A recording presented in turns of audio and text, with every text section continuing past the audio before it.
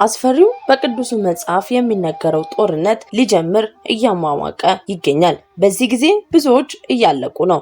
ዓለማችን ላይ እየተካሄደ ያለው ጦርነት ማብቂያው በብዙዎች ዘንድ መናፈቅ ጀምሯል። ብዙ ንጹሃን እያለቁ ነው። የእግዚአብሔር ቁጣ እየባሰ በሄደ ቁጥር የዓለማችን ሁኔታም አሳሳቢ እየሆነ ይመጣል። ምህረቱን የሚጠባበቁ ንጹሃን ዜጎች በአሁኑ ወቅት ከበፊቱ ይልቅ አሁን ላይ በጸሎት በመትጋት ላይ ይገኛሉ።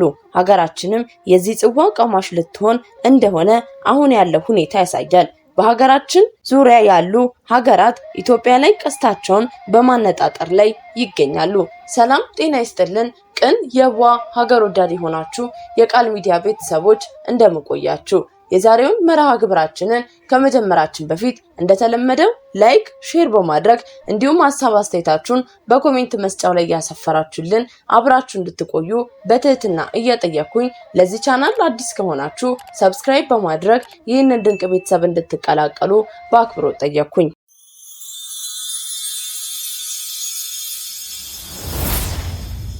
በጎረቤት ሀገራት እየተካሄደ ያለው ጦርነት እየተካረረ ሄዷል። ሞቃዲሾ ተከባለች። ከባድ ውጊያ፣ የሀገራት ጭንቀት ጦር እያስገቡ ነው። ምስራቅ አፍሪካ በሚንቀለቀል እሳት ላይ የተጣደ የሚያቃጥል ብረት ምጣድን መስሏል።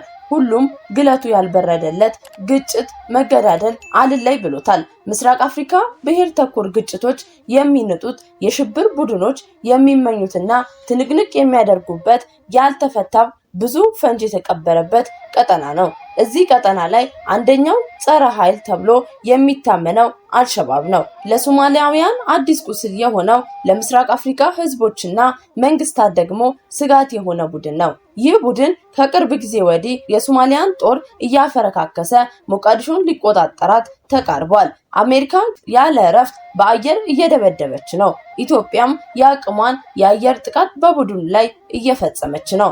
ሰላም አስከባሪዎችን የቡድኑን እንቅስቃሴ መግታት አቅቷቸዋል። የሶማሊያ ጦር ከጫፍ ደርሷል። በርካታ አባላትም በቡድኑ ተገሏል፣ ተማርኳል።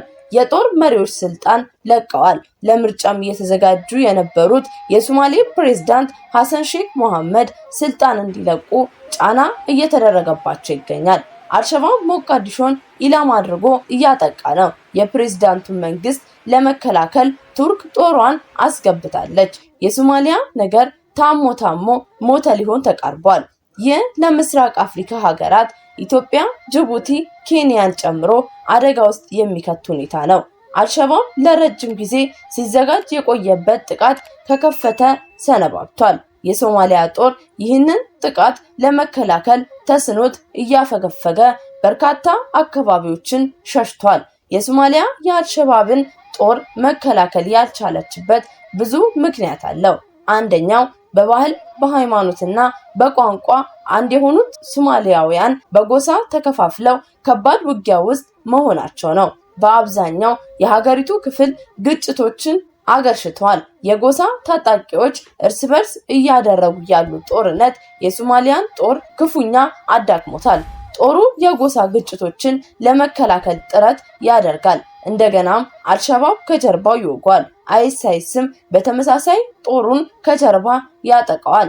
የጎሳ ግጭቶች ጎሳን መሰረት አድርገው የሚፈጸሙ ጥቃቶች በመሆናቸው ግጭቱን ቶሎ ካልተቆጣጠሩት ንጹሃን እንደ ቅጠል ይረግፋሉ። በቀናት ውስጥ በመቶ ሺዎች ሊፈናቀሉ ይችላሉ። የሶማሌ ጦር ይህንን ለመከላከል ጥረት እያደረገ ባለበት አልሸባብ ከፍተኛ ዝግጅት አድርጎ ዋና የጦሩን ካምፖች መጥቷል። በነገራችን ላይ አልሸባብና አይሳይስም እርስ በርስ ይዋጋሉ። በዚህ ምክንያት የሶማሊያ ጦር አፈግፍጓል። ሌላኛው ምክንያት አልሸባብ ሶማሊያ ከኢትዮጵያ ጋር የገባችበት ውጥረት እንደ ጥሩ አጋጣሚ ተጠቅሞ አልሸባብ የኢትዮጵያን ጦር እንደሚፈራ ይናገራል። በአንድ ወቅት ባራክ ኦባማ አልሸባብን ያዳከሙት ኢትዮጵያውያን ናቸው፣ ጀግኖች ተዋጊዎች እንደሆናችሁ አይተናል ብለው ነበረ። ሶማሊያ ከኢትዮጵያ ጋር በሶማሊላንድ ችግር ውስጥ በመውደቋ አልሸባብ ላይ ይወሰድ የነበረው እርምጃ ተቀዛቅዟል። ቡድኑም በሚገባ ይህንን አጋጣሚ ተጠቅሞ ራሱ በማደራጀት ተፈጽሟል የተባለውን ጥቃት እየፈጸመ ይገኛል። በቀጣይ የጋዛን የእስራኤል ጥቃት ስንመለከት በጋዛ የእስራኤል ጥቃት ሞተዋል ተብለው ከተገለጹት ከ51000 በላይ ፍልስጤማውያን መካከል የ3000 ሰዎች ስም ዝርዝር መሰረዙን ተከትሎ በሐማስ የሚመራው የጤና ሚኒስቴሩ የሟቾችን ቁጥር አሳስቶ አቅርቧል መባሉን አስተባበለ። በሐማስ የሚመራው የጋዛ ጤና ሚኒስቴር 18 ወራት በዘለቀው ጦርነት ቢያንስ 51266 ሰዎች መገደላቸውን ይገልጻል። ከሟቾቹ መካከል 1/3ኛው ከ18 ዓመት በታች የሆኑ ህፃናት መሆናቸውንም አስታውቋል። ይሁን እንጂ እስራኤል በፍልስጤም ተቋማት የሚወጣው የሟቾች ዝርዝር በተደጋጋሚ እንደማትቀበለው የምትገልጽ ሲሆን በዋናነት ቁጥሩና የህዝቡ ልዩነት ለሐማስ ፕሮፓጋንዳ እየዋለው ነው ስትል ትከሳለች። በሐማስ የሚወጣው የሟቾች ቁጥር በመንግስታቱ ድርጅት ኤጀንሲዎችና በመገናኛ ብዙሃን በዋቢነትም ይጠቀሳል። የሟቾች ዝርዝር በግጭቱ የሚገደሉ ንጹሃንና መሳሪያ የታጠቁ የሐማስ ተዋጊዎችን የማይለይ ሲሆን እስራኤል የሴትና ህፃናትን ሞት ያጋንናል የሚል ክስም ታቀርብበታለች። በቅርብ ጊዜያት በበርካታ የመገናኛ ብዙሃን ሪፖርቶች የቁጥሩን ተአማኝነት ጥያቄ ውስጥ ከተዋል።